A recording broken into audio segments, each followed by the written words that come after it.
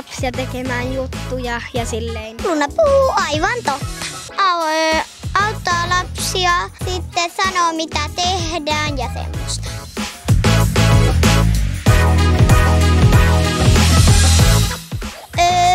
Olla niinku mukava ja positiivinen.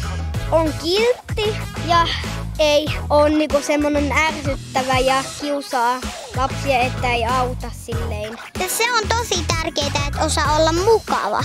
No siksi, että niinku lapsilla on niinku hyvä olla siellä päiväkodissa ja siellä tuntuu mukavalta. Ja että niillä on turvallinen olo siellä.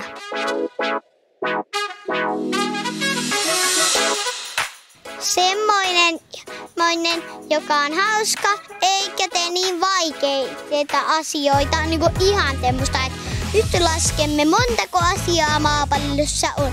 Niin se mitä Ronja sanoi siitä miten monta juttua on maapallossa, niin sitä tehdään varmaan sitten tuolla lukiossa tai silleen aikuisena.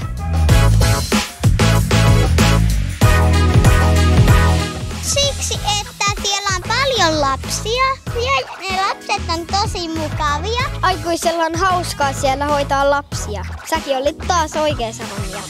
Tietenkin mä oon aina oikeassa. Tule opettajaksi Vantaalle.